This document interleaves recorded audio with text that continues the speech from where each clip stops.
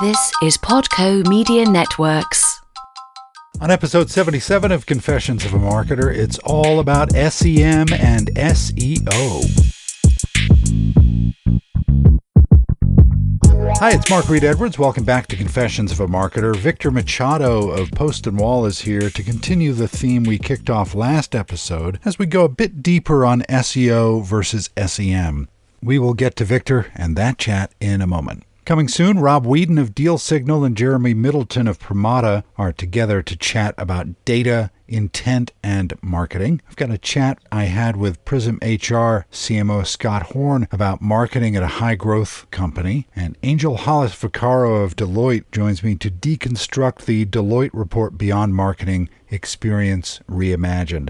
Lots more in store, lots of great names, lots of great people, and great discussions already in the can. So, as always, stay tuned. I want to invite you to have a listen to my other venture, the innovation podcast, The iPod, with Garnett Harriman. Lots of fun stuff happening over there. Head over to the innovationpodcast.co to tune in.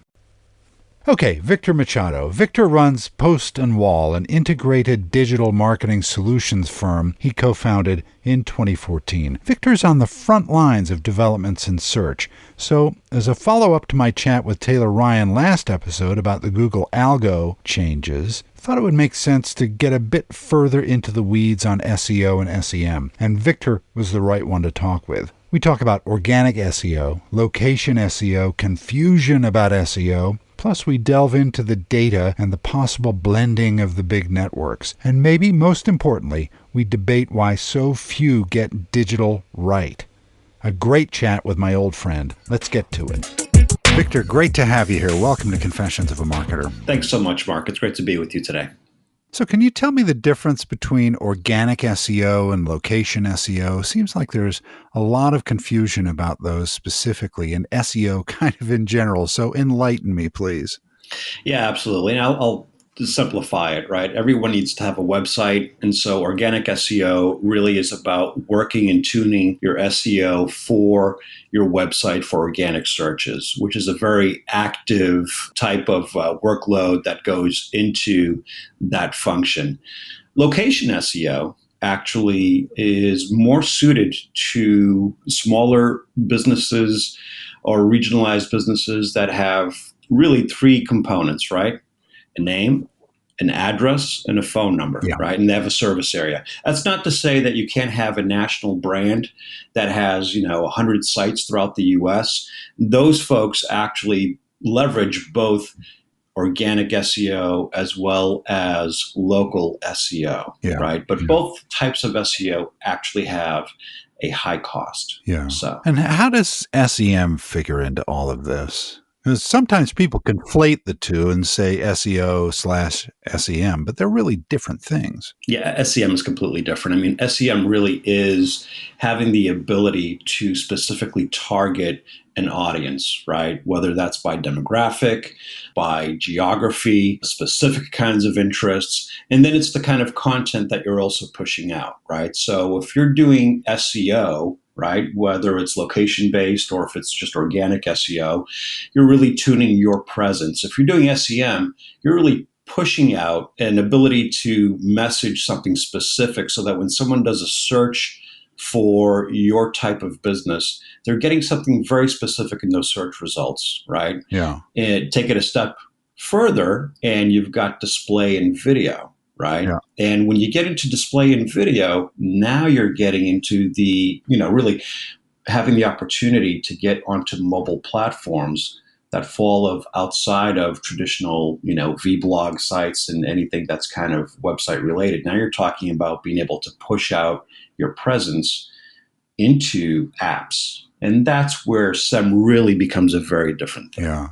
So how do you discuss SEM with your clients, and how do things like video work into those discussions when you're painting a picture of what's possible? Well, great question. So the piece around how we discuss it, really, it all starts with where they are and what their needs really are and what are they really looking to accomplish, right? And obviously, we're not going to be at the table if it's a pure play SEO type of assignment because, we've actually, when we put our business together and we were looking at what is it that we want to do as a business, we dialed back to, we think a combination of SEM and location-based SEO, which our managed platform is Smart Search, because that manages, 60 plus different business listing sites, mobile apps, centrally, all of those things. So anytime you make a change to whether it's a promotion, an image, a piece of content, whatever it is, that gets pushed out centrally through the platform, and all of those citations basically rank you up along the search engine, right? Mm-hmm. The SEM piece, really what we talk about there is exactly pushing a message, pushing something about your brand directly to an audience. Because in general, right, organic SEO is going to be the same thing as a hashtag on Instagram, right? Yeah. I mean, a hashtag on any platform does not have a geographic boundary, okay? But when we do targeted ads on that platform or any other digital platform, we don't care about the hashtag, right? Even if we include something like that inside of that ad set, what we care about is who we're actually targeting and what we're pushing out to them. So when a client says to us, look, we really want to push out X on this particular product or service that, is ready for market, then that becomes really a very traditional campaign conversation from a marketing sense. Yeah. Does that make sense? Yeah, I think so. Yeah. One thing that has struck me about doing this podcast is I started it thinking I would talk a lot about marketing, and it turns out I've talked a lot about data. It's kind of like going to a movie and thinking you're going to be laughing for 2 hours and you end up leaving in tears. And I want to talk about the two big networks that we currently have, Google and Facebook, and we think of them as being separate and they're kind of monoliths by themselves. But do you think there might come a day when those networks are even joined for the purposes of serving up ads with shared intelligence? Or is that already happening because of the way agencies deal with them? So funny that you talk about, this is becoming something a little bit more about data than it is about marketing. And the answer to that is, from what we've been able to see, is yes, we've already started to see some of that happening, right? So everyone knows that Google has their Google network, which is comprised of thousands upon thousands of different websites, different interests, categories, etc. Facebook has this thing called the Audience Network. And Audience Network is really doing placements on those same types of websites that are out there. And how we've seen this has been in the data where we see the placement, right? So after the campaign runs and as it's running, we can do dips and check-ins to see where exactly are our display banners, where are they showing up, right? And what are we seeing? And we've started to see overlap. Yeah. So, I think the quick answer there is yes, and we're probably going to see some more of that. I think one of the things that, these two platforms have to present at some point is a checks and balances that says, look, if you're going to do content placement on our network, if you're running a campaign with the other provider, we want to make sure that you're not going to basically, in essence, duplicate your client's investment into the same place, in essence, paying twice to be in the same place, right? That's something that I think the industry is going to have to move to as it continues to expand. I think this is pretty early on. We've seen some different landing sites for both, but we're starting to also see some common ground, and that's where that's going to become problematic. And to say nothing of the privacy issues, that the idea of joining together these two massive networks into essentially one, that seems like the ingredient you need to get a congressional hearing. Well, yeah, as you were saying that, I was thinking, well, I'm sure the EU's already queued up. Sure. They're so far ahead of the US. But yeah, absolutely. I mean, I think that this is something that is definitely going to become an issue over time.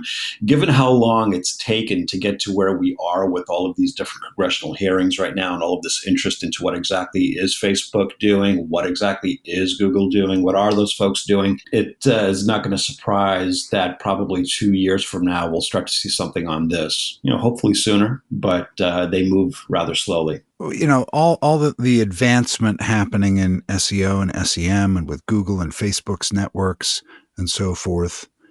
When I kind of step back from this, I think, well, we're 20 plus years into this digital journey, and yet people still don't seem to have a clue how it works. And I just wonder, why do B2B and B2C companies, to a certain extent, still seem woefully unprepared for what it takes to succeed in the digital economy? Well, part of what we've seen is that you have larger agencies that may be already servicing their clients, and where maybe they didn't necessarily cut their teeth on digital as a first service.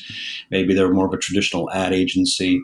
They layer in, social and digital and all of these things. And, frankly, they're just not very good at it. Yeah. And we've seen examples of this over and over again. I mean, for us, right? I mean, we were born in 2014 as a digital agency. We've done some things at our customers' requests, but we've been very transparent about, what we're really good at, what we really focus in, and what we can do. We would never represent ourselves as an agency that's going to go and give you a highly produced television commercial, right?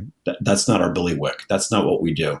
So, that's one piece of it. And I understand the business of large agencies and what they can't afford to lose and why they do what they do, get that. The other part of your question, frankly, really gets us outside of SEO and SEM and really just talks about how folks are not prepared to be on digital platforms from a marketing perspective, because they're still holding on to the fact that they can produce a handful of commercials, in a couple of spots or, some different content and have that run for a 12-month cycle, right? Or a 6-month cycle.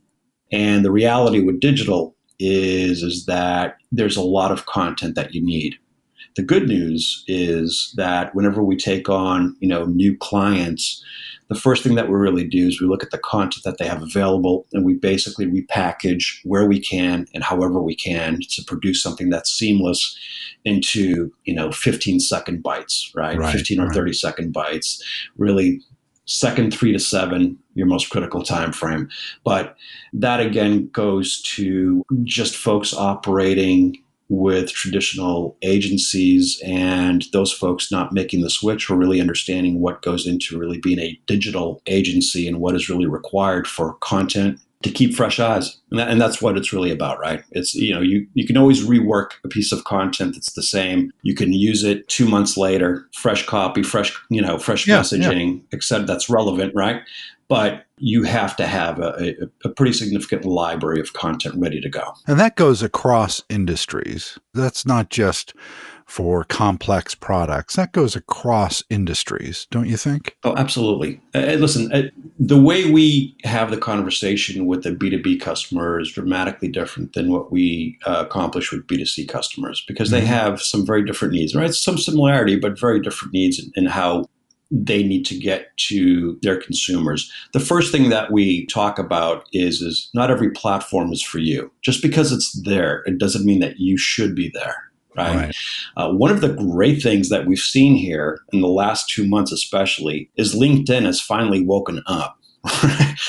LinkedIn has been so late to the party around their targeting capabilities inside of their ads platform, right? I mean, and this is if you're just really relying on what the platform has available for targeting tools and whatnot. But LinkedIn has finally stepped up. They've started to also provide some newer capabilities that we think are absolutely critical to the business. Still say this, though, still believe that more important than your actual business page on LinkedIn, which is important, treat that with care. More important are the people that work for you, are the folks that have a voice and a following and a presence on LinkedIn. And we strongly recommend a tight coordination between what they do and what is represented on the business page and how that actually pushes, sales, revenue, brand awareness forward, whatever the goals happen to be, right? It is interesting to see the disconnect often between the corporate messaging on a corporate page and the way in which an employee describes what they do, what the company does. Even the name of the company can vary slightly. That's a nightmare for a marketer. That's a double-edged sword, and that's a really tricky one. Sometimes organizations have it absolutely right, and sometimes the folks who have worked for the organization and who really understand a product or a service because they've been living it and selling it and positioning it for so long. Sure. But all of this comes back to what is the operational construct between sales and marketing internally? Yeah. What's the communication? Right? Are they both listening to each other? And so that alone is its own podcast. That's an incredibly complicated issue. Let's get that on the calendar soon. Yeah, right, exactly. But it all comes back to you really need to have an ongoing, active dialogue and listening between the sales and marketing organization. Absolutely, especially on the B2B side. Yeah, that's a great point. So at the end of every interview I do, I ask my guests about a trend they're following. And I know that you are all over voice. We've talked about this on numerous occasions. Can you tell me where you think that's all heading? Yeah, absolutely. So voice is here. What's really pushed voice, and especially around, to get back to, why folks even think about SEO, organic, local, SEM, especially all of these things. The reason why voice is so important is because the smart home market has really accelerated the purchasing of technologies like Alexa, Google Home, and although I hate to say Siri, because that's part of what Siri can also effectuate and do. But that market alone has really pushed those devices to the home. And I see it now. I see it when, I'm at home, obviously. I see it when I visit friends and they talk to devices and they ask the devices to do things. Well, part of what they're asking devices to do is to also say, Alexa, what time is such and such open until, right? And if that's not something that's done right and nailed, that's an issue. This is where, frankly, for any website developer, for any organization today that has an active website, if you're not referencing schema.org, you are making a huge mistake. All right. All of the industry giants. Tell us what that is for people like me who have no clue what you just said. Okay. So schema.org basically has like over 10 million, I'm reading this right off the page, are over 10 million sites use schema.org to mark up their web pages and email messages, right? So Google, Microsoft, Pinterest, several others are all part of this library. And what it really is about, and this is what we do, and when our customers buy into our voice package for the Smart Search service that we provide, we actually use schema.org to be able to optimize their pages for voice-based searches. So and I'm not a super technical guy, which is why I had to have the site up here to reference it and read it back to you. But from that perspective, I know that my team, that's exactly what we do, and we get those kinds of engagements, is work with the site, and it matters. So if you're not doing it today, voice is here, it's not coming. And it's only growing. Absolutely make sure to reference schema.org. I will make sure to put that in the show notes. So we'll have that link on the site and you can follow along at home. Yeah, perfect. Well, Victor, this has been great. Thanks for joining me. I think there's lots more we could chat about on this subject, but we'll have to save that for next time. I'll have you back, definitely. That's great, Mark. I really appreciate it. Thanks for having me on today. All right, next time, Rob Whedon of Deal Signal and Jeremy Middleton of Pramada are together to chat about data, intent, and marketing. So stay with us. This episode of Confessions of a Marketer was written, produced, and edited by yours truly. T. Jordan of A-Class Productions wrote the theme music. Confessions of a Marketer is a trademark of Podco Media Networks, and this episode is copyright 2019. I'm Mark Reed Edwards. See you next time.